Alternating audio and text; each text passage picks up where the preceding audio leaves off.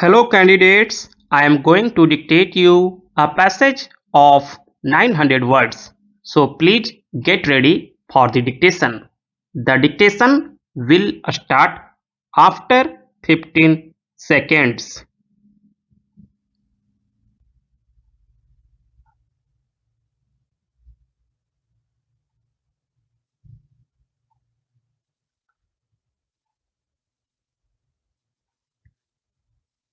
A healthy loss and damage L&D fund, a 3-decade-old demand, is a fundamental expression of climate justice.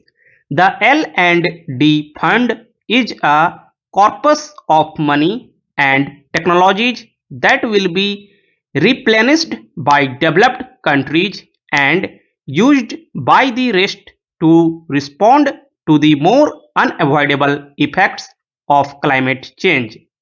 On the first day of the COP28 climate talks underway in the United Arab Emirates, representatives of the member states agreed to operationalize the L&D fund.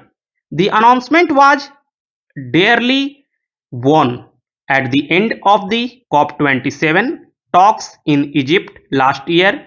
Member states agreed to launch such a fund thanks largely to the steadfast efforts of the G77 bloc of countries plus China led by Pakistan.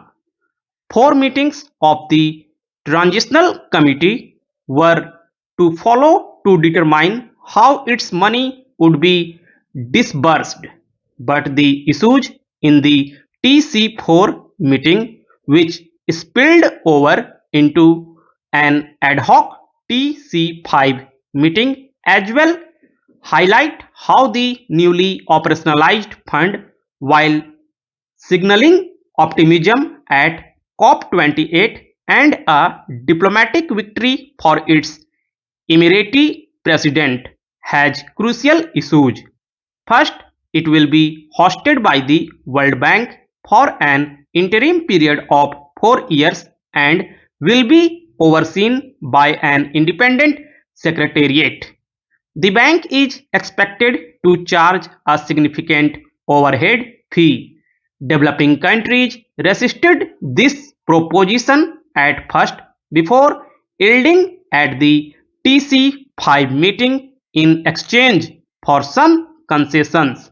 Second, while some countries have committed amounts to the fund from $10 million by Japan to $100 million each by Germany and UAE, whether they will be periodically replenished is not clear.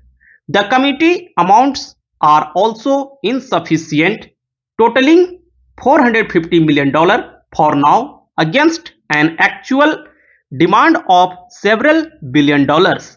This shortfall, though it is premature to deem it so, comes against the backdrop of developed countries missing their 2020 deadline to mobilize a promised $100 billion in climate finance and managing to deliver only $89.6 billion in 2021.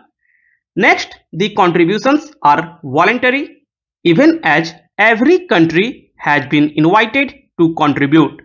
Finally, the World Bank will have to meet some conditions on managing the fund, including a degree of transparency it has not brooked so far, and submit a report to the parties to the Paris Agreement.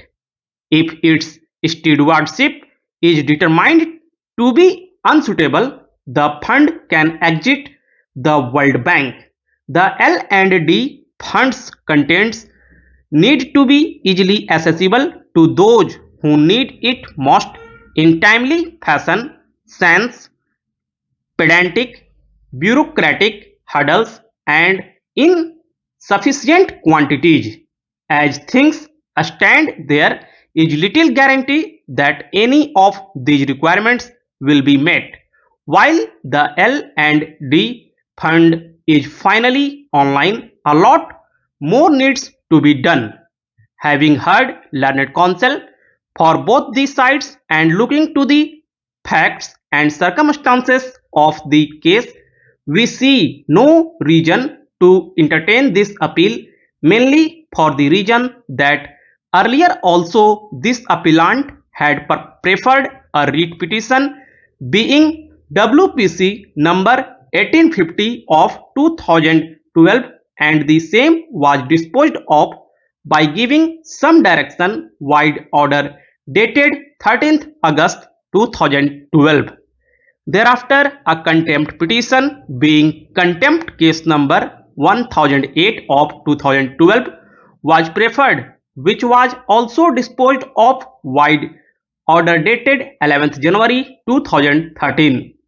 Thereafter, this appellant preferred one more writ petition, being WPC number 624 of 2013, ventilating therein his grievance that the representation preferred by this appellant before the respondents has not yet been decided, and the inquiry already initiated by the respondents is yet to be completed.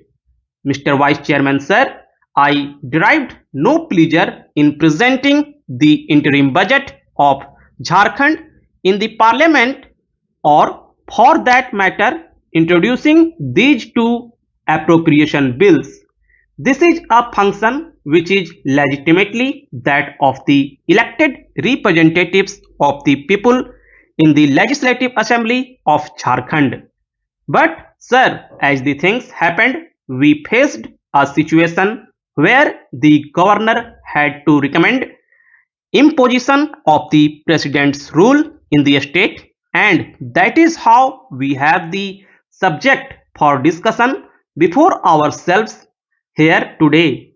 Sir, I won't like to take much of your time in this matter, because primarily it was a discussion on the extension of the president's rule in the state, and my learned colleague Mr. Shakil Ahmed ji has replied to the various points raised by the honorable members.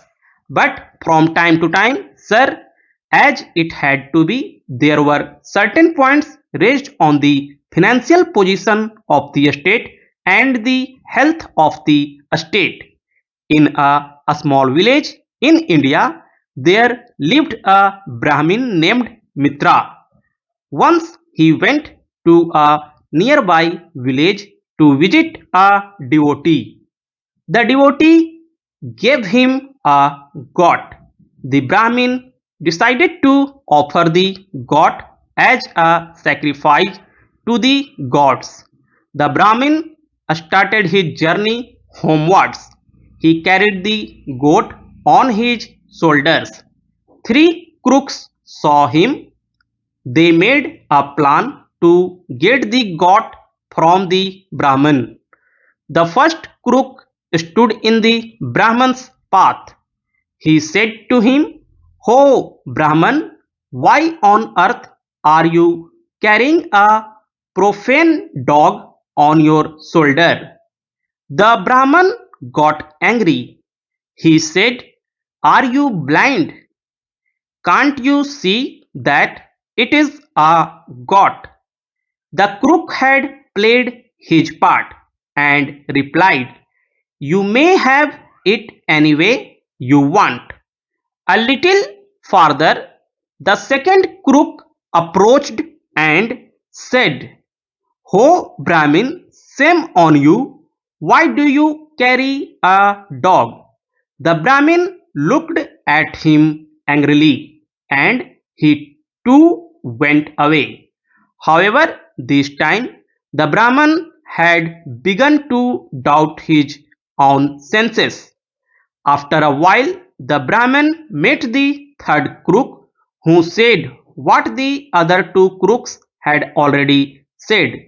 The Brahman threw his burden of the goat away and went ahead. The waiting crooks caught hold of the goat.